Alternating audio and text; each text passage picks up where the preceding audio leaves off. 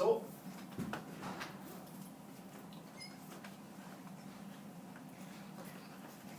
now you'll be in camera, Rebecca. Sorry about that.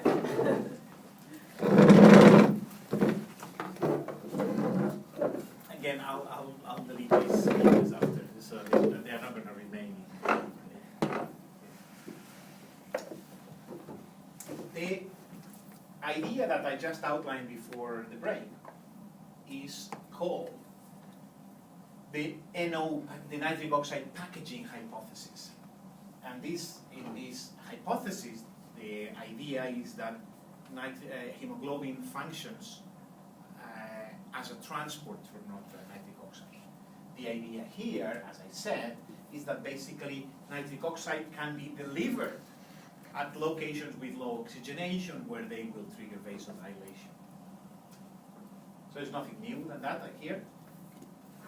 The point is, well, just to emphasize that, endocrine vasodilation. That means that the vasodilation that you get as a result of nitric oxide is of endocrine origin because nitric oxide was produced further away and it's been transported to this point. The alternative hypothesis, which basically says, no, we don't think that this is actually what's happening, is called the scavenging hypothesis, the compartmentalization hypothesis. According to the people that defended this one, they say that nitric oxide can only contribute to paracrine vasodilation. That's the only vasodilation. Because the diffusion barriers for nitric oxide are just too big, too long.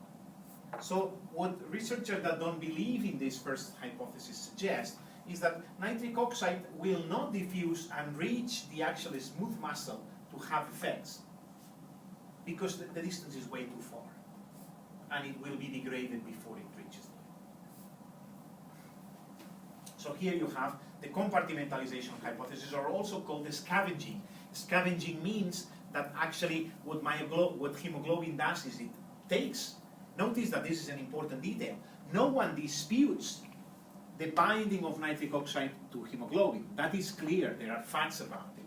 But what these researchers are saying is that in this case what the hemoglobin does is scavenge the nitric oxide because it makes the nitric oxide unavailable, not available for the smooth muscle cell.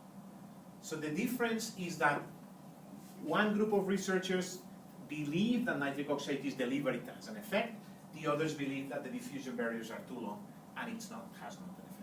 Endocrine versus paracrine vasodilation of nitric oxide. Do you distinguish the two hypotheses clearly? So what I'm going to try to do now is give you some experiments that have been done to look into this hypothesis. And I'm not going to give you a full answer at the end because I don't think that there is a full answer. Well, I have not followed the literature in the last year, I would say, but and I'm sure that there are people that believe more in one than the other. But the thing is still disputed. This is the first bunch of experiments, and it's actually summarized in a paper by Liao in 2002.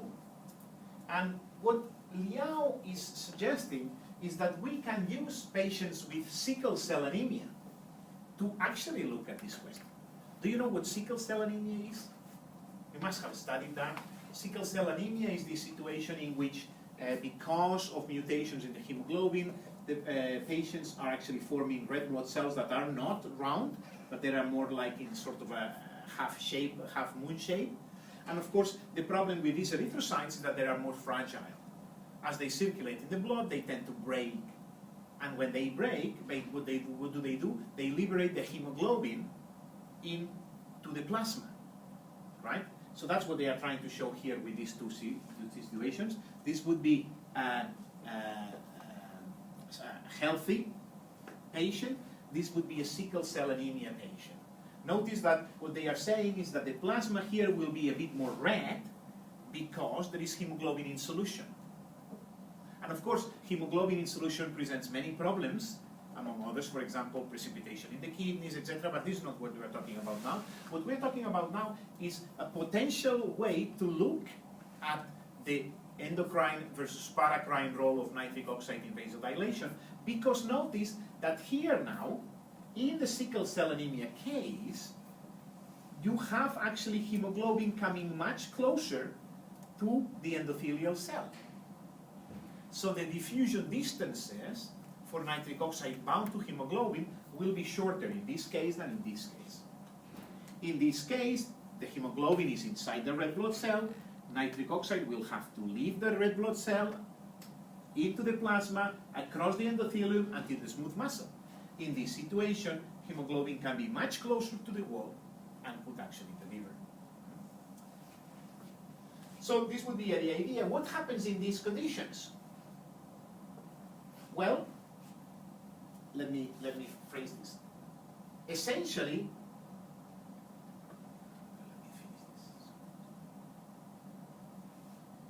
the point would be that if the compartmentalization hypothesis is true, that means that in this case there is no transport ability. The hypothesis would be that vascular reactivity is not improved in sickle cell anemia patients. But if in support of the packaging theory, you would have the idea that vascular reactivity is improved. So in this case, if it is true that the hemoglobin is closer and can diffuse and can be transported, you would expect that patients with sickle cell anemia actually have an increased vascular reactivity, right? Because of the nitric oxide can be actually delivered, and they can constrict and they can vasodilate in response to nitric oxide. So the question is, are sickle cell anemia patients, do they have a higher vascular reactivity? And the answer is no. Sickle cell anemia patients present what's called recurrent vasoocclusion. Because they don't have an improvement in vascular reactivity, that would suggest that this supports the compartmentalization hypothesis, right? The idea that no, hemoglobin does not transport nitric oxide in an endocrine fashion. This would support the compartmentalization hypothesis. So, therefore, this would be suggesting that hemoglobin is scavenging nitric oxide. The problem is, and this is what we realized later, hemoglobin from sickle cell anemia patients actually have a substitution that prevents the efficient heme-to-thiol transfer of nitric oxide to the hemoglobin. So in other words, we cannot use this model to look at this hypothesis, because what's actually faulty in sickle cell anemia is that the hemoglobin cannot actually bind nitric oxide in the expected way. So perhaps the results are not expected, but they realize afterwards that no, this is not either supporting any of the hypotheses. Simply we know that this hemoglobin is not transporting nitric oxide, so of course it's not going to work. But that does not mean that it cannot work in actually physiological scenarios. We know that sickle cell anemia or sickle cell hemoglobin is unable to transfer nitric oxide, so we cannot kill the packaging hypothesis just because of this experiment. This experiment is not a good experiment to actually test that. So what is the next alternative? Well, the next alternative is to try to come up with some knockout model, right? Or some model that modifies this. And there is a paper that published in 2008 in which actually they looked at this. And they actually, in the title of the paper, SNO hemoglobin is not essential for red blood cell dependent hypoxic vasodilation. And what they have done in this experiment is they have created a mutant mice in which they have replaced cysteine 93 for an alanine. What have they done then? So they have prevented this heme-to-thiol transfer. Now, nitric oxide cannot be bound to hemoglobin, to the beta chain, because the cysteine is not there. So it's only an alanine.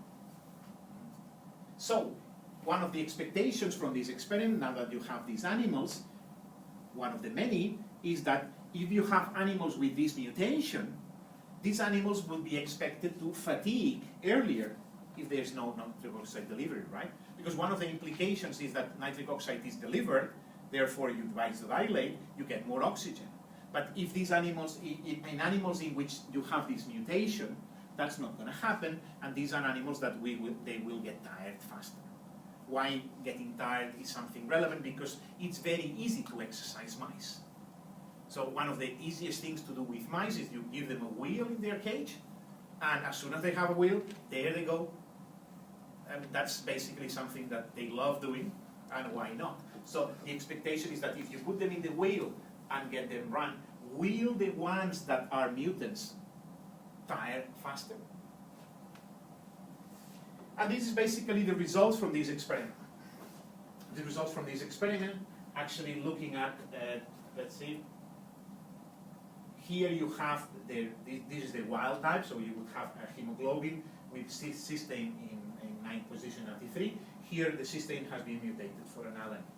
And if you actually measure the time to fatigue, when you actually put these animals on a wheel, on a running wheel, you see no differences. This is with graded exercise, meaning that these animals are given, basically the wheel goes faster and faster and faster, and basically you measure the time. When you do endurance exercise, instead of that in endurance exercise, the wheel has one speed, and the animal is allowed to go for that speed as long as it can, and in this case the animals go for 2 hours, but see that there is no significant difference in this. So basically we have no evidence that animals that have the mutant hemoglobin get tired faster. There's another response of another experiment. Let's see if I actually managed to explain it properly. Response of pulmonary rabbit arteries to red blood cells from the mutated animals. So what they have done, this experiment in a way is relatively similar to the sandwich experiment that I was referring to earlier. There's no sandwich, but the idea here is that you have actually a pulmonary artery from a rabbit.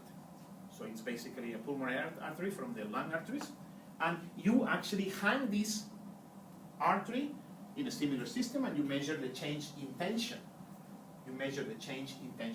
And you have two conditions. One is with the black, in which this preparation is running 21% of oxygen, and the other in the red, when there is no oxygen whatsoever. And once you have this preparation running, basically no tension, you add red blood cells. Red blood cells from either your mice, your wild-type mice, in which the hemoglobin is the normal hemoglobin, or the mutant hemoglobin, in which you have mutated the cysteine for an alanine. So what do you see here? Essentially, you see no difference whatsoever. What would you have expected? Along the lines of what we discussed earlier, you would have expected that the mutant, this hemoglobin that can bind nitric oxide can deliver. And in the conditions of low oxygenation, you would have a higher relaxation. But notice that this relax as well. And I mean, in this simple, only example, they relax as much. When you do the averages, you see that basically that is not particularly different. So the conclusion from this study is that the cysteine in position 93 is not essential for a normal response. In this experiment, the absence of hemoglobin, nitrosylated hemoglobin binding nitric oxide, does not result in pulmonary hypertension under normal conditions. So essentially, we still have no clear-cut demonstration that the packing hypothesis is true. But there is a lot of people that's actually still pursuing this because it's a beautiful hypothesis. It's really a beautiful hypothesis, and also because there is a lot of people that historically has worked with hemoglobin, and these people were running out of work to do. They had done everything they could do with hemoglobin.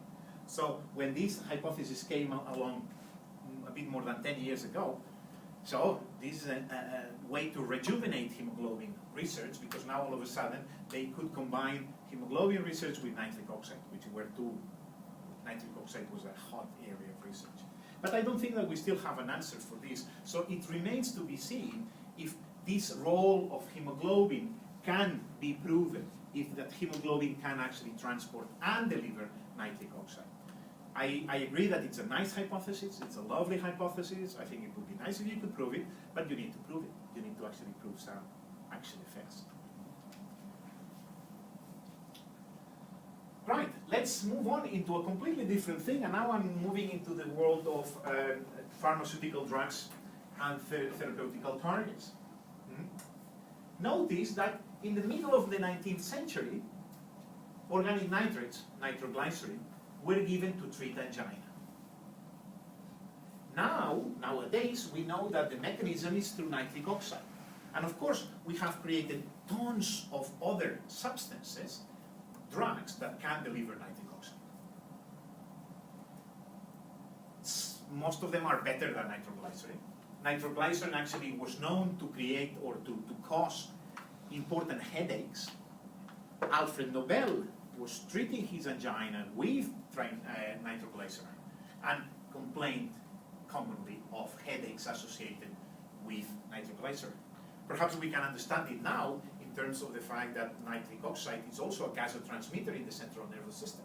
So it's not only that you are basically expanding the blood vessels, the coronary arteries, you are doing many other things in many other places. But is this the only way? Is actually giving nitric oxide the only way that we have? And notice that, and this I have not mentioned until now, but if you take the whole smooth muscle cell and we look at the picture, you will notice that there are some mechanisms more in here that of course would be interesting to target. What do you have? Essentially nitric oxide, right? That diffuses. And then you have guanylyl cyclase, the enzyme, that breaks down GTP to form cyclic GMP. And this cyclic GMP basically, of course, phosphorylates PKG, and it's this PKG phosphorylation, the one that when it happens, you form GDP here, and you cause the dilation down here at the level of the protein. You can actually phosphorylate different proteins. We said earlier that you also prevent the entry of calcium into the cell and prevent this constriction, therefore vasodilation. One thing we have not talked about is that cyclic ANGMP in the cell is degraded by PDE. Do you know what PDE is? Phosphodiesterases. Phosphodiesterases also are present in cyclic AMP signaling. And actually you have used it, right? You have used a blocker of PDE in your cyclic AMP measurements. Didn't you use IBMX? IBMX, that you have used in the lab, is actually a blocker of the phosphodiesterases. Why would you like to block phosphodiesterases in your assay? Now we are talking about your lab exercise. The lab exercise in which you stimulate basically with noradrenaline and stimulate the cells to form cyclic AMP. But I believe that you used IBMX in that assay. Why did you use IBMX? Rebecca? I think it is because the phosphodiesterase degrades the cyclic AMP. Exactly, and it could happen fast enough. So you basically block the PDEs, the phosphodiesterases, to accumulate cyclic AMP that you can actually measure how much is being produced. But PDE is also an important thing here. So if you have to look at this picture, it would be surprising to see, right, that the main mechanism, the main therapeutical target has been classically this one. What you do is have drugs that give you more of this. Could you do other things? Could you alleviate angina through other mechanisms different than giving nitric oxide? What other mechanisms?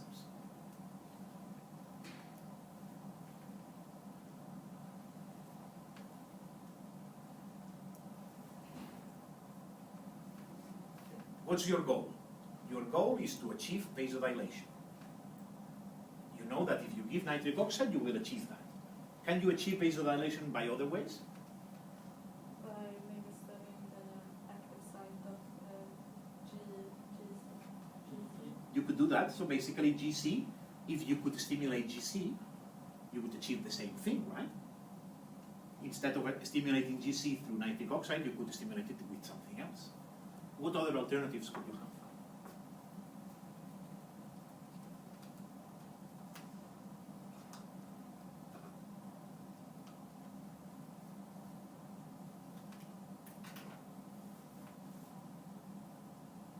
Come on, we just talked about the one.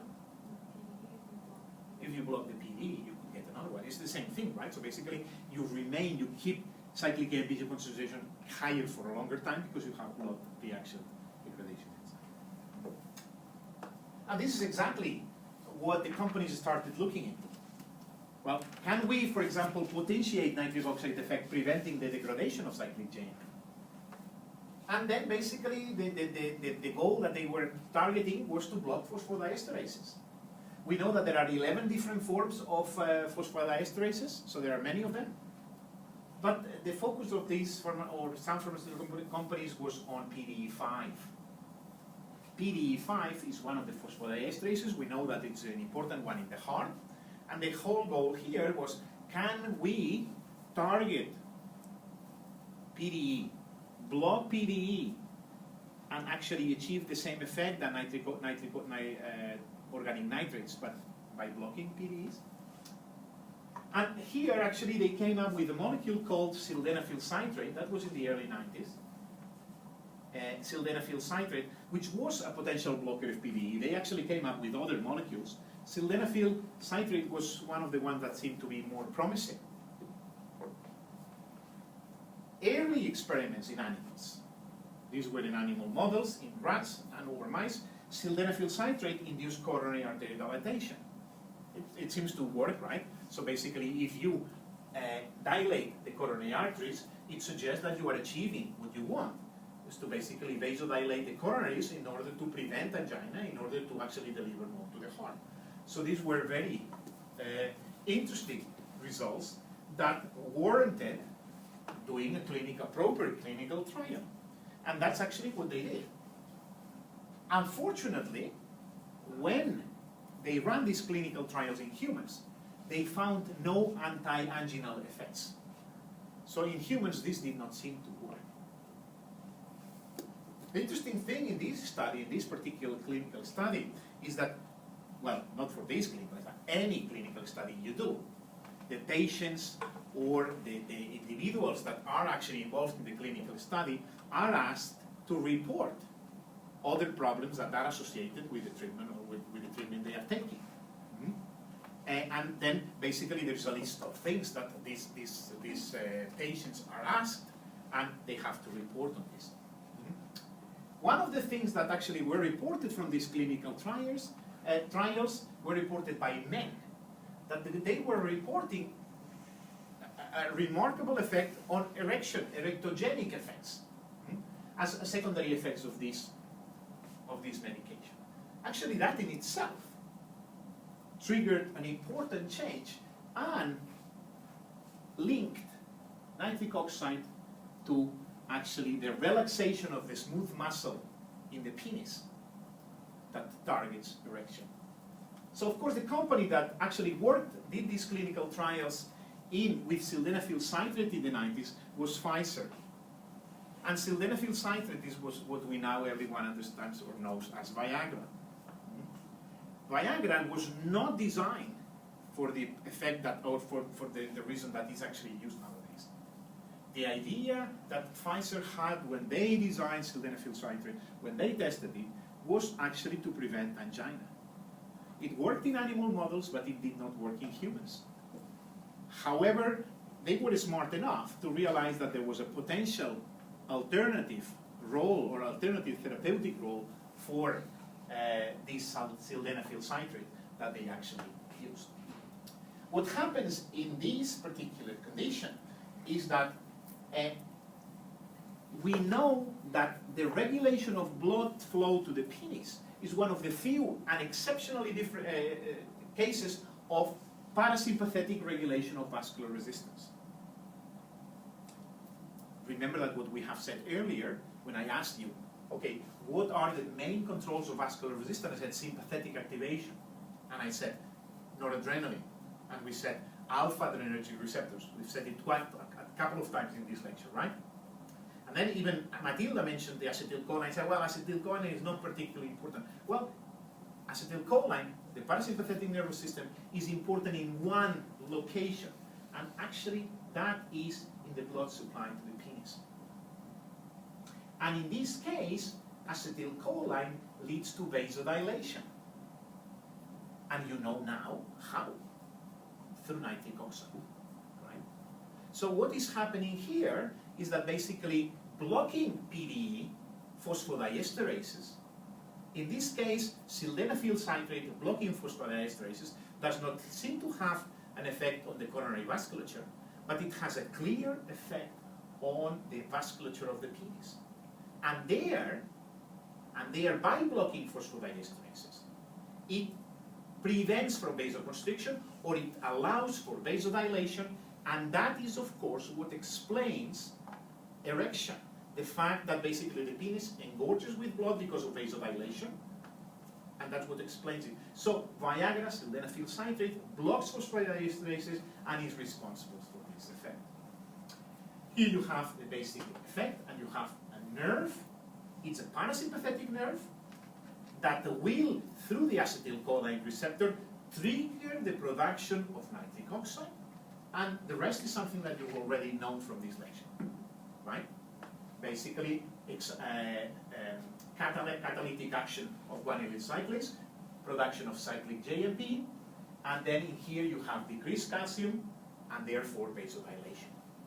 When you use sildenafil citrate, Viagra, you block the conversion here, cyclic AMP remains elevated, therefore you keep with this elevated, therefore vasodilation is kept for a longer period of time. So, of course, this leads us to a completely different story, and I think that it's just particularly interesting to look historically at these effects, because sometimes we do believe that, you know, things are happening because people is looking at them, and most of the time science happens through what we call serendipity. You just have to be observant. Pfizer was observant. They said, this is not doing what we expect, but let's look at this instead. We're not going to throw millions of dollars now. We've been investing in these clinical trials, in these rat trials. Oh, there seems to be another effect that could be, let's look into that. Let's see if we can do something with that. And well, certainly they manage quite well. This is not, I think that sometimes Viagra is portrayed as this, well, whatever. Actually, it's interesting that I learned recently that the CIA used Viagra extensively in their bribing of the warlords in Pakistan and Afghanistan. Basically, they did not care about money, but Viagra, oh boy, that did it for them. Well, you know, everyone takes what he needs, I guess. And so, but remember that we're talking about an important problem, the risk of erectile dysfunction associated with chronic diseases such as diabetes, depression, atherosclerosis, hypertension, ischemic heart disease. So Viagra came into the market and filled an important area that actually had no therapeutical treatment whatsoever. And it's actually the main choice of treatment. Nowadays, I'm pretty sure that you can find many other drugs that do similar things, but it all came, they are all similar drugs similar to Viagra. Viagra has a fast onset of action in 20 minutes and a duration of action longer than 3 half-lives, so you are talking about a very long effect, which can be problematic in itself, but I mean, we're not going to discuss that. Of course, Viagra is contraindicated in patients that take nitric oxide dose, and you will immediately realize why, right? Basically, what happens now if you are taking a nitric oxide donor for causing vasodilation, and at the same time are treating with Viagra, blocking PDEs? Well, there are many different things that can happen, but I think that you are least worried if you are taking nitric oxide donors and Viagra at the same time. Your least problem is a permanent erection. The most important problem here is that you can have a long-lasting hypotension. Your blood pressure is going to drop because all of a sudden you are vasodilating in the whole body, blood pressure drops. So, I mean, in this case, of course, this is something that has to be taken into consideration. And this is a list of references that I have used in this lecture. In particular, I would like, let's see if I can find it. This first article by Gladby explains the different, the compartmentalization and the scavenging hypothesis that I told you about. It's something that I think it's particularly interesting, and it's very well explained in this article. And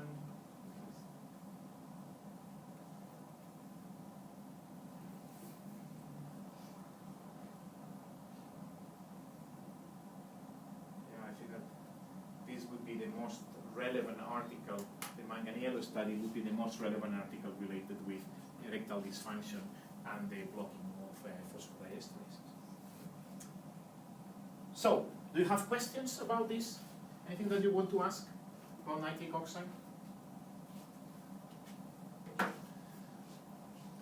Because if not, if you're satisfied, it's Friday. We finished a bit early. I'm sure you will appreciate that. If nothing else, we meet again on Monday.